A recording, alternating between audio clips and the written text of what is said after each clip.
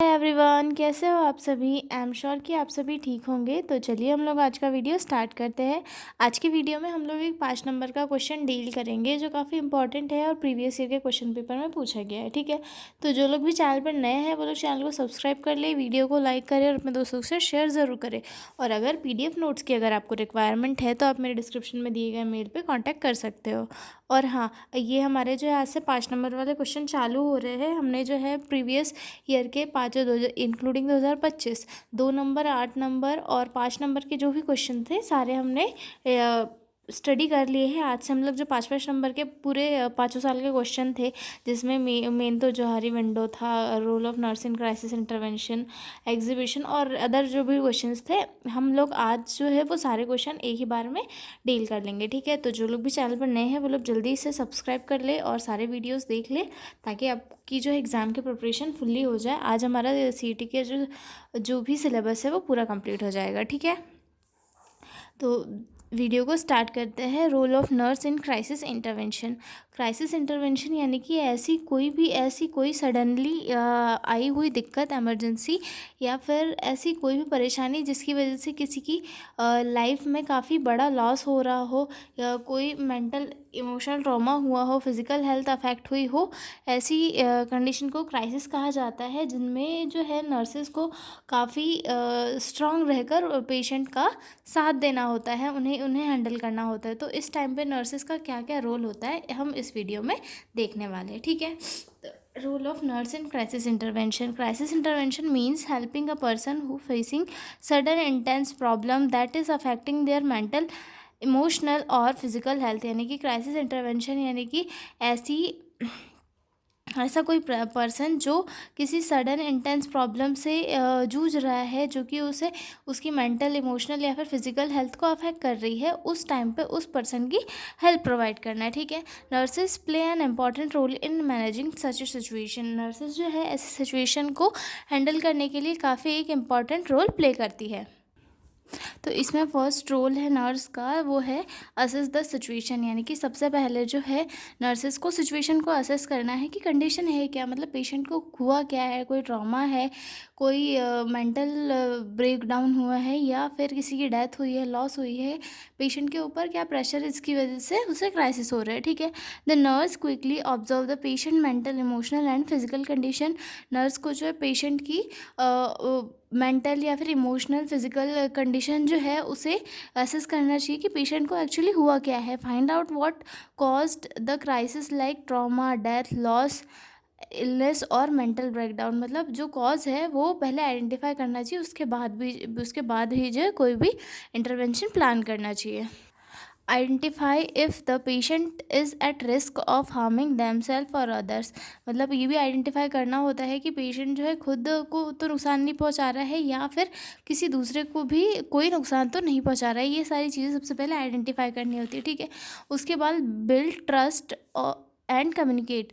Patient के साथ जो है सबसे पहले ट्रस्ट बिल्ड करना होता है, उस कंडीशन में उससे बात करनी होती है, उस पर प्रेशराइज करके जो है उससे एक रिलेशनशिप मेंटेन करना है। पेशेंट कहेगा कि मुझे आपसे बात नहीं करनी है, लेकिन हम कहेंगे नहीं सर, आप मेरी बात 1 मिनट सुनिए तो सही, आपको क्या दिक्कत है आप बताइए तो सही, मैं आपकी हेल्प करूँगा। ये सारी चीज़ें जो है उसके साथ बोल के करनी है। ठीक है, the nurse should use calm and kind words to talk to the patient, build trusting relationship by listening carefully and showing understanding. मतलब पेशेंट को जो है पेशेंट को अपनी अंडरस्टैंडिंग शो करना है कि हम आपको समझ रहे हैं, आप हमें अपनी प्रॉब्लम बताइए, आप हमसे डिस्कस करिए। ये सारी चीज़ें जो है पेशेंट को हमें बोलना है ताकि पेशेंट हमें ट्रस्ट करके अपनी प्रॉब्लम्स हमें बता सके। ठीक है, encourage the patient to express their feelings and fear. Patient के दिमाग में चल क्या रहा है, उसे किस चीज़ का डर है, ये सारी चीज़ों को बताने के लिए उसे इनकरेज करना है। ठीक है, सेकेंड पॉइंट हो गया। थर्ड पॉइंट हो गया हमारा प्रोवाइड इमोशनल सपोर्ट। पेशेंट को अगर कुछ भी हुआ है तो उसे जो इमोशनल सपोर्ट देना बहुत ही इंपॉर्टेंट होता है, क्योंकि इमोशनल सपोर्ट के थ्रू ही उसकी जो एंजाइटी का लेवल है, स्ट्रेस लेवल है, वो कहीं ना कहीं कम होगा, जिसकी वजह से उसके पैनिक अटैक्स या फिर उसके जो ब्रेन में किसी चीज़ को लेकर फियर है वो भी कम होगा। ठीक है, give comfort and reassurance to reduce panic और एंजाइटी। मतलब उसे जो है कंफर्टेबल इन्वायरमेंट देना, उसे कंफर्टेबल इंटरपर्सनल रिलेशनशिप उसके साथ मेंटेन करना, ताकि उससे उसके एंजाइटी और जो पैनिक हो रहा है वो सब खत्म हो, ठीक है। Help the person feel that they are not alone and someone is there to help. उन्हें ये फील कराना कि वो आप अकेले नहीं हो, मैं हूँ आपके साथ यहाँ पे, आप मुझे अब मेरे साथ अपनी चीज़ें शेयर करो, मैं उनका कुछ ना कुछ सोल्यूशन निकालूंगी। सर आप मुझे प्लीज़ बताएं, आप अपने आप को अकेले नहीं समझे, अपनी प्रॉब्लम शेयर करें ताकि आप भी को भी थोड़ा अच्छा लगे, ठीक है। उसके बाद आता है इन्वॉल्व फैमिली और सपोर्ट सिस्टम। मतलब अगर पेशेंट अकेला है, उसे जो है इमोशनल ट्रॉमा हो रहा है किसी चीज़ का, तो उसके साथ जो भी फैमिली मेम्बर है उन्हें इनकरेज करे कि आप भी आए, इन्हें समझाए कि आप इतना टेंशन ना ले, स्ट्रेस से आपकी तबीयत और ज़्यादा बिगड़ जाएगी। उनके जो फैमिली मेम्बर है उन्हें भी इनकरेज करे कि वो पेशेंट को समझाए, क्योंकि हमसे अकेले से तो कुछ नहीं होना है। तो हम फैमिली मेम्बर का सपोर्ट लेके जो है पेशेंट को और ज़्यादा अच्छे से हेल्प प्रोवाइड कर सकते हैं, ठीक है। Inform and involve family members are close friends. मतलब फैमिली मेम्बर्स को इन्वॉल्व करे पेशेंट को केयर प्रोवाइड करने में, जो है फिर क्लोज फ्रेंड्स जो उनके काफ़ी क्लोज हैं उन्हें कहे कि आप इन्हें समझाए कि ये सारी चीज़ें जो है कुछ टाइम के लिए है, फिर सब ठीक हो जाएगा, ऐसा, ठीक है। Encourage positive support from love ones to help recovery. जो पेशेंट है उसे पॉजिटिव वो चीज़ों के लिए ज़्यादा इनकरेज करे कि हाँ आप जो है जल्दी से ठीक हो जाओगे, आप प्लीज़ ऐसे मत हो, आपका माइंड अगर शांत रहेगा तो आपकी रिकवरी ज़्यादा अच्छे से होगी। ये सारी चीज़ें बोल के उसका माइंड डाइवर्ट करके जो है उसे एक सपोर्ट सिस्टम फील कराओ, जिससे कि वो अच्छे मतलब अपनी तबीयत को ठीक करने के लिए पॉजिटिविटी लाए और अपना जो स्ट्रेस है वो सब ख़त्म करे, ठीक है। नर्सेज जो है काफ़ी इंपॉर्टेंट रोल प्ले करती है क्राइसिस इंटरवेंशन में, इसीलिए ये क्वेश्चन जो है हमें चारों ईयर में पूछा जा सकता है, तो आप लोग इसे अच्छे से तैयार कीजिएगा, ठीक है। Plan immediate safety measures if the person is in danger, for example suicidal, the nurse ensure immediate safety like removing harmful object or calling for extra help।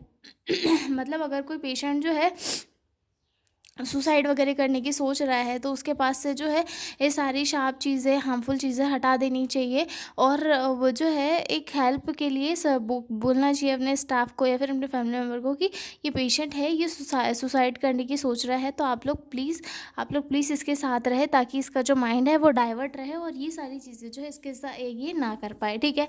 May provide temporary medication if the doctor advice. और अगर doctor ने कोई sedative medication वगैरह advice की है तो वो patient को दे, ताकि जो पेशेंट है उसके दिमाग में ऐसे उल्टे सीधे ख्याल नहीं आए, ठीक है।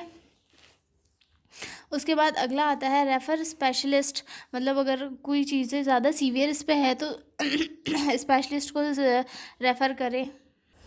If the crisis is severe, the nurse refer the patient to a psychiatric, psychologist और काउंसलर। मतलब अगर कोई पेशेंट है उसे ज़्यादा ही साइकोलॉजिकल कोई ट्रॉमा हो रहा है तो उसे जो साइकियाट्रिक या साइकोलॉजिस्ट के पास जाके रेफ़र करे ताकि वो वहाँ से काउंसलिंग ले या थेरेपी वगैरह ले और उसका जो ब्रेन है वो शांत हो, ठीक है। Coordinate with the health care team to provide right care. Health care team के साथ कोऑर्डिनेट करके अपने जो इंटरवेंशन है या फिर अपनी जो प्लानिंग है उसे प्लान करे और जो राइट केयर है, पेशेंट को जो सही केयर देनी है वो केयर प्रोवाइड करे, ठीक है। Teach coping skill, help the patient learn simple techniques to manage stress like deep breathing, positive thinking, talking to someone. मतलब पेशेंट को जो है अपनी जो और ज़्यादा स्ट्रेस या फिर एंजाइटी है उसे कम करने के लिए कुछ नॉर्मल एक्सरसाइजेस करवाए, ताकि जैसे कि डीप ब्रीथिंग हो गई, पॉजिटिव थिंकिंग हो गई, टॉकिंग मतलब किसी के साथ बात करना हो गया, शेयर करना हो गया, ये सारी चीज़ें हम पेशेंट को ये सारी चीज़ें करने के लिए इंकरेज करें। इससे क्या होगा, एंजाइटी भी कम होगी और चीज़ें जो है टेंशन भी कम होगा। अगर कोई पेशेंट वो धार्मिक है या फिर भगवान में ज़्यादा मानता है, गॉड में ज़्यादा मानता है, तो उन्हें अपने इष्ट देवता के लिए ये जो है प्रे करने के लिए हम लोग ये कर सकते हैं कि आप लोग भगवान से ये करो कि प्रे करो कि जो है ये सब ठीक हो जाएगा, ये सारी चीज़ें कर सकते हैं, ठीक है। Guide them to develop problem solving skills for future situation. और अपनी आगे की लाइफ उन्हें कैसे जीनी है इसके लिए भी गाइड करे कि आप लोग जो है थोड़ा अपने माइंड को पॉजिटिव रखें, अपनी जो एक्सरसाइज वगैरह करें, हाइजीन मेंटेन रखें। इन सारी चीज़ों से क्या होगा कि आपका फ्यूचर भी अच्छा रहेगा और आपको इन फ्यूचर भी कोई दिक्कतें फेस नहीं करनी पड़ेगी। ये सारी चीज़ें जो है पेशेंट को सिखाए ताकि वो जो है आगे की लाइफ में अच्छे से वर्क कर पाए, ठीक है। उसके बाद अगला पॉइंट है follow up and monitor process. progress. Keep in touch to see how the patient is doing after crisis. Patient के हमेशा टच में रहे कि पेशेंट जो है क्राइसिस के बाद में कैसा है, उसकी हालत कैसी है, कैसे वो रिकवर कर रहा है और कैसे उसकी प्रोग्रेस हो रही है. इन सारी चीज़ों को मॉनिटर करते रहे, क्योंकि पेशेंट को क्या है, कभी भी झटके पड़ सकते हैं. कभी भी सुसाइड करने वाला व्यक्ति थोड़ी देर ठीक रहेगा, फिर बोलेगा नहीं अब मैं मरने जाता हूँ. तो उन्हें जो है मॉनिटर करते रहना चाहिए, ताकि पेशेंट जो है उन्हें भी ये लगे, पेशेंट को भी, कि हाँ जो है मेरी केयर कोई कर रहा है, तो मैं अपने आप को हार्म नहीं करूँ, मैं अच्छे से रहूँ, ये सारी चीज़ें. ठीक है. उसके बाद report any warning sign to the doctor और मेंटल हेल्थ टीम. अगर कोई वार्निंग साइन दिख रहा है तो डॉक्टर और हेल्थ टीम को इन्फॉर्म करें. ठीक है.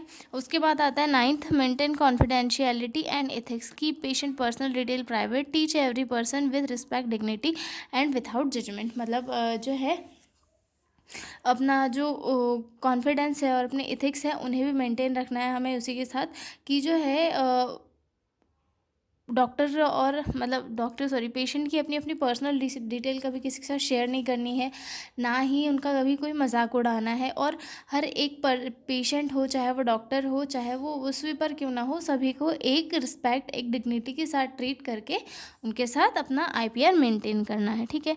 तो ये सारे रोल हो गए एक नर्स के क्राइसिस इंटरवेंशन के टाइम पे. ठीक है. अगला क्वेश्चन हम लोग देखेंगे कंप्यूटर असिस्टेड लर्निंग. ठीक है. तो अब हम मिलेंगे अगले वीडियो में एक नए क्वेश्चन के साथ. एक नया क्वेश्चन यही होने वाला है. तो तब तक के लिए बाय बाय.